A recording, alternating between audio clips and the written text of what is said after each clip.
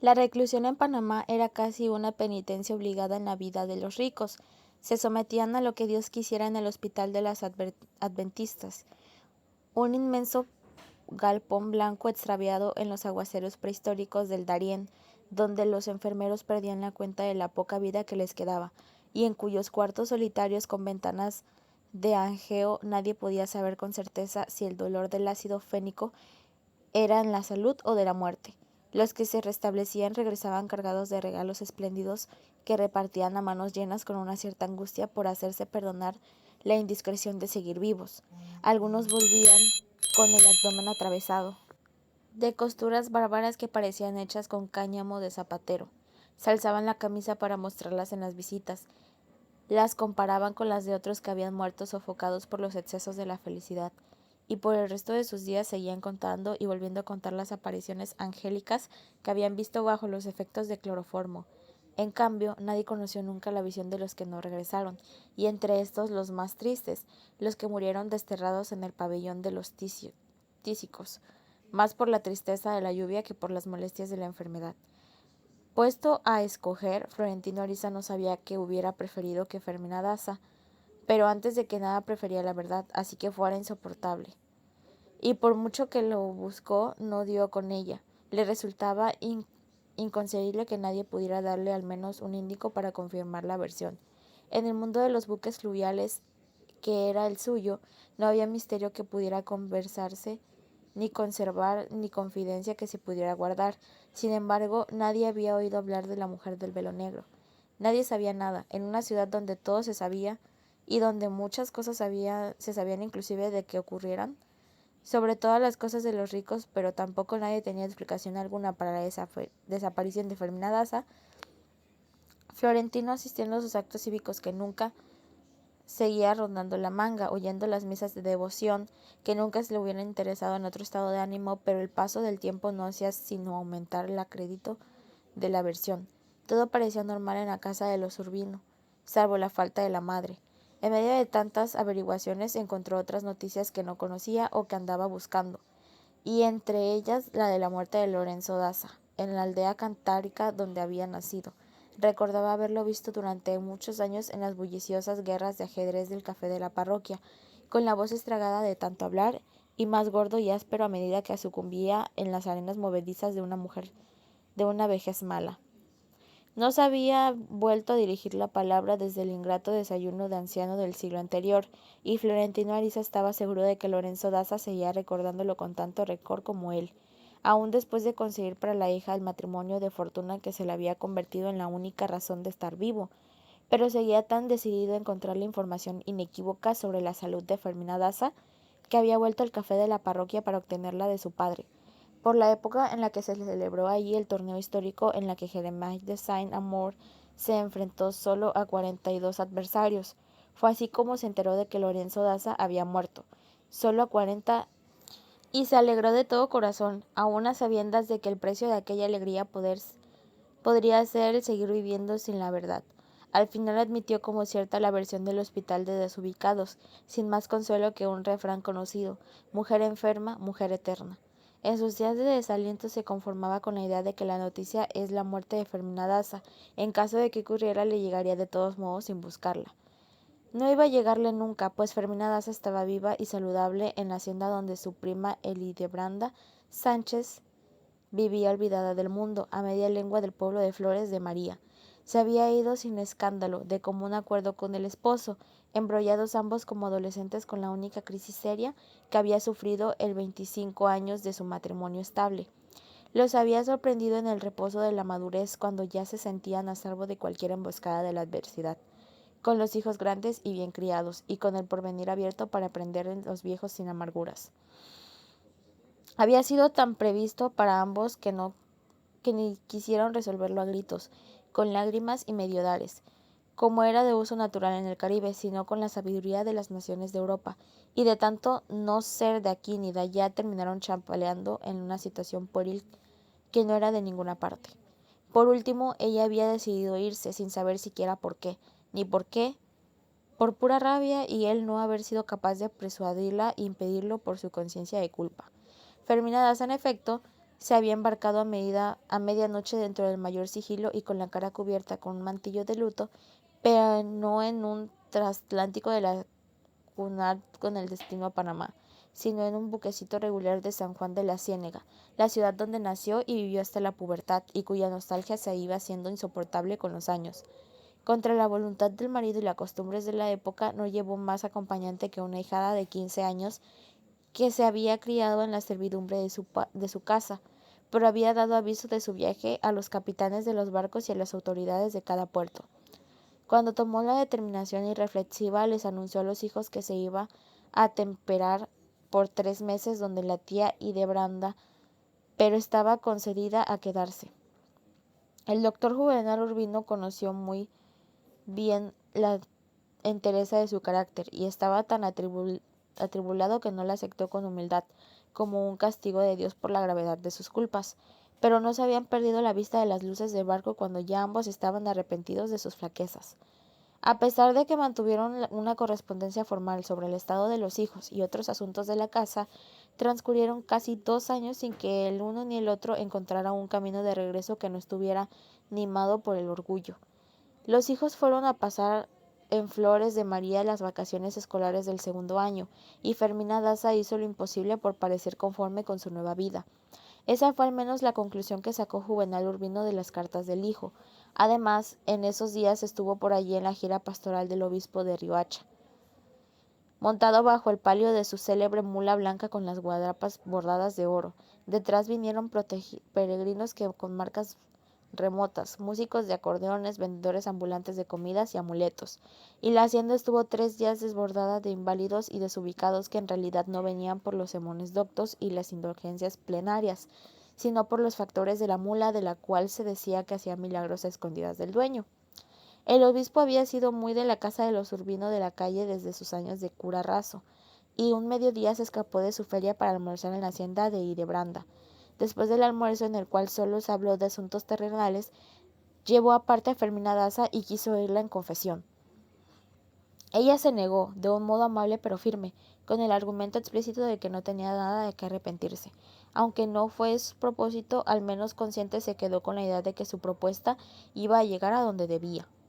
El doctor Juvenal Urbino solía decir, no sin cierto cinismo, que aquellos 2 años amargos de su vida no fueron culpa suya, sino de la mala costumbre que tenía la esposa de oler la ropa que se quitaba la familia, y la que se quitaba ella misma, para saber por el olor si había que mandar a lavar, aunque pareciera limpia a la primera vista. Lo hacía desde niña y nunca creyó que se notara tanto, hasta que su marido se dio cuenta la misma noche de bodas. Se dio cuenta también de que fumaba por lo menos 3 veces al día encerrada en el baño, pero eso no le llamó la atención, pues para las mujeres de su clase solían encerrarse en grupos a hablar de hombres y a fumar, y aún a beber aguardiente de a 2 cuartillas hasta quedar tiradas por los suelos con la marimonda del albañil. Pero la costumbre de husmear cuando la ropa encontraba paso no solo le pareció improcedente, sino peligrosa para la salud. Ella lo tomó a broma, como tomaba todo lo que no quería discutir, y decía que no era por un simple adorno por lo que Dios le había puesto en la cara aquella acuiciosa nariz de oro péndola. Una mañana, mientras ella andaba de compras, la servidumbre alborotó el vecindario buscando el hijo de 3 años que no había podido encontrar en ningún escondite de la casa. Ella llegó en medio del pánico, dio 2 o 3 vueltas de mastín arrastrados y encontró al hijo dormido dentro de un ropero, donde nadie pensó que pudiera esconderse. Cuando el marido atónito le preguntó cómo lo había encontrado, ella le contestó, por el olor a caca. La verdad es que el olfato no le servía solo para lavar la ropa o para encontrar niños perdidos, era su sentido de orientación en todos los órdenes de la vida, y sobre todo de la vida social. Juvenal Urbino lo había observado a lo largo de su matrimonio, sobre todo al principio cuando ella era advenediza en un ambiente predispuesto en contra suya desde hacía 30 años, y sin embargo broceaba por entre fondas de corales acuchillados sin tropezar con nadie, con un dominio del mundo que no podía ser sino un destino sobrenatural. Esa facultad temible que por lo mismo podía tener un origen en la sabiduría milenaria era un corazón de pedernal.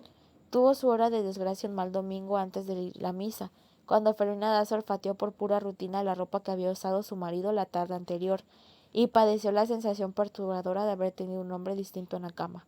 Olfateó primero el saco y el chaleco mientras quitaba del ojal el reloj de la rutina y sacaba el lapicero de la billetera y las pocas monedas sueltas de los bolsillos y lo iba poniendo todo sobre el tocador. Y después olfateó la camisa bastillada mientras quitaba el pisacorbatas y las mancornas de topacio que los puños y el botón de oro del cuello postizo. Y después olfateó los pantalones mientras sacaba el llavero de 11 llaves y las cortaplumas de cachas de nácar. Y olfateó por último los calzoncillos y las medias y pañuelo que hiló en su cronograma bordado.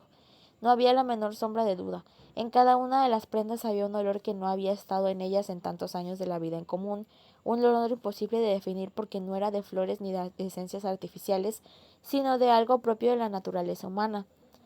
No dijo nada ni volvió a encontrar el olor todos los días, porque ya husmeaba la ropa del marido con la curiosidad de saber si estaba de lavar, sino con su ansiedad insoportable que le iba carcomiendo las entrañas. Fermina Daza no supo dónde situar el olor de la ropa dentro de la rutina del esposo. Podía ser entre la clase matinal y el almuerzo, pues suponía que ninguna mujer en su sano juicio iba a hacer el amor apurado a semejantes horas, y menos con una visita.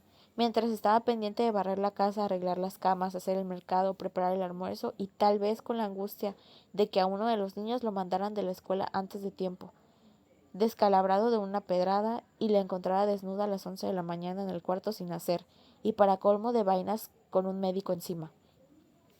Sabía que por otra parte que el doctor Juvenal Urbino solo hacía el amor de noche, y mejor aún en la oscuridad absoluta, y en último caso como antes del desayuno del arrullo de los primeros pájaros. Después de esa hora, según él decía, era más el trabajo de quitarse la ropa y volver a ponérsela, que el placer de un amor de gallo. De modo que la contaminación de la ropa solo podía ocurrir en alguna de las visitas médicas o en cualquier momento escamoteado a sus noches de ajedrez y de cine. Esto último era difícil de esclarecer porque, al contrario de tantas amigas suyas, Fermina Daza era demasiado orgullosa para espiar al marido o para pedirle a alguien que lo hiciera por ella. El horario de las visitas, que parecía el más apropiado para la infidelidad, era además el más fácil de vigilar, porque el doctor Juvenal Urbino llevaba una relación minuciosa de cada uno de sus clientes, inclusive en el estado de cuentas de los honorarios, desde que los visitaba por primera vez hasta que los despedía de este mundo con tal cruz final y una frase por bienestar de su alma. Al cabo de 3 semanas, Fermina Daza no había encontrado el olor en la ropa durante varios días.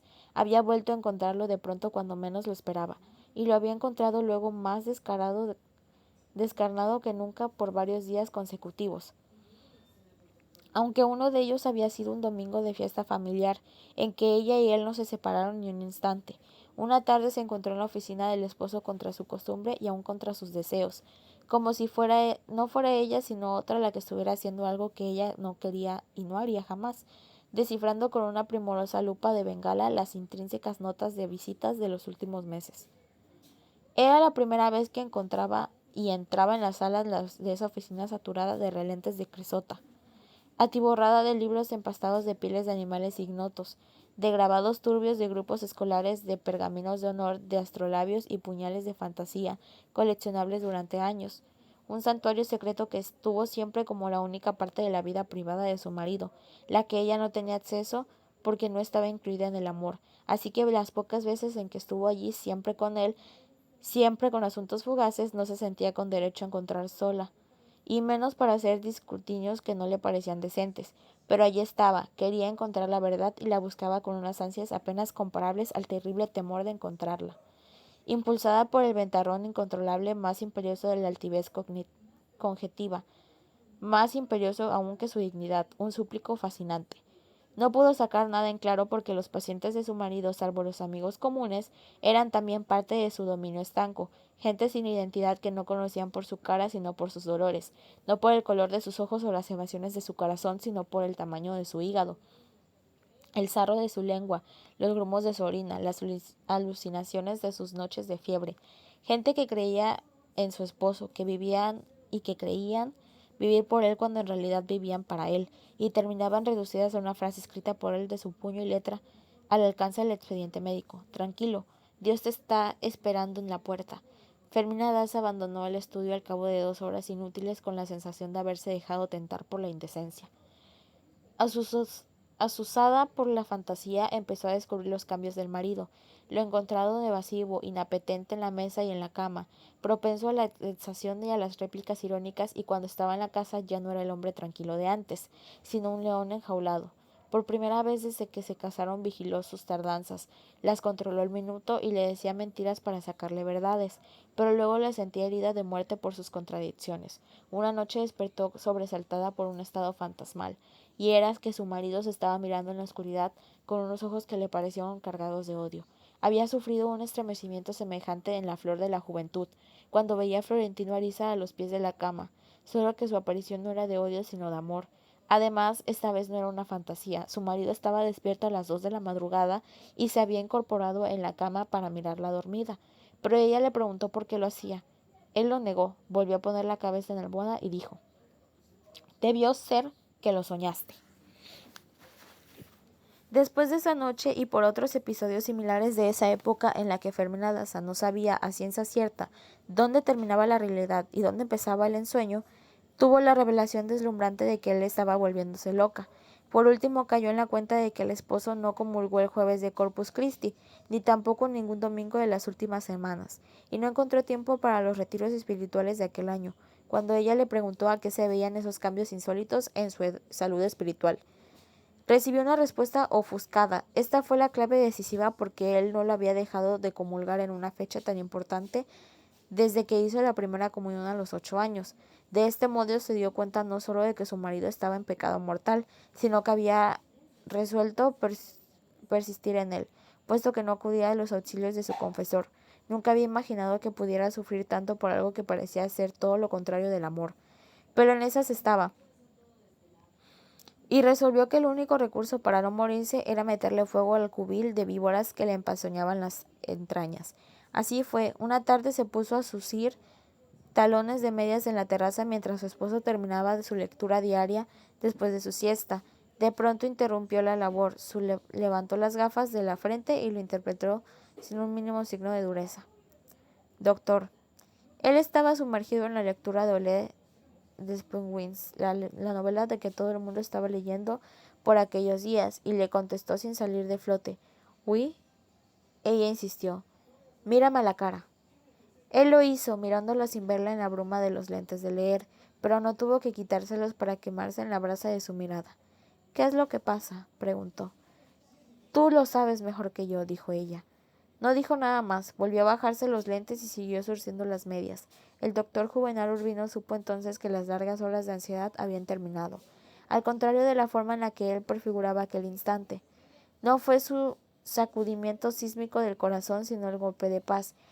Era el grande alivio que le hubiera sucedido más temprano que tarde, lo que tarde o temprano tenía que suceder. El fantasma de la señora Bárbara Lynch había encontrado por fin la casa. El doctor Juvenal Urbino la había conocido 4 meses antes, esperando el turno en la consulta externa en el Hospital de la Misericordia, y se dio cuenta al instante de que algo irreparable acababa de ocurrir en su destino.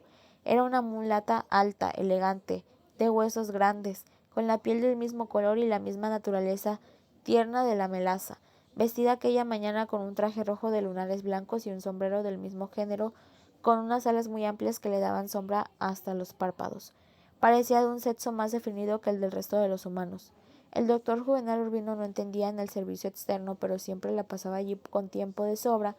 Entraba a recordarles a sus alumnos mayores que no hay mejor medicina que un buen diagnóstico, de modo que se las arregló para estar presente en el examen de la mulata imprevista, cuidándose de sus discípulos le notaran un gesto que pareciera casual, y apenas sin fijarse en ella, pero notó muy bien la memoria los datos de su identidad.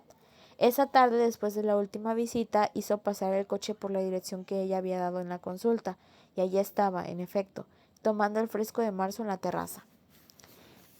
Era la típica casa antillana pintada de toda de amarillo hasta el techo de zinc, con ventanas de angeo y tiesas de claveles helechos, colgados en el portal, y sentada sobre los pilates de madera en la marisma de la mala crianza. Un turpial contaba en la jaula colgada en el alero, y los niños se salían del torpe, obligaron al cochero a mantener las riendas firmes para impedir que se espantara el caballo. Lo saludó con un ademán de viejos conocidos y lo invitó a tomarse un café mientras pasaba el desorden, y él se lo tomó encantado. En contra de su costumbre, oyéndola hablar de sí misma, ella lo único que le interesaba desde aquella mañana, y lo único que iba a interesarle, sin un minuto de paz en los próximos meses.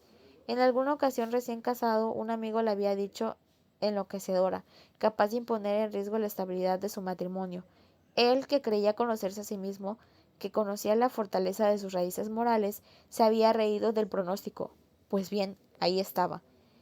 La señora Barbara Lynch, doctora en teología, era hija única del reverendo Jonathan B., un pastor protestante negro y enjuto que contaba una mula por los caseríos indígenas de la marisma, predicando la palabra de uno de los tantos dioses que el doctor Juvenal Urbino escribía con minúscula para distinguirlos del suyo.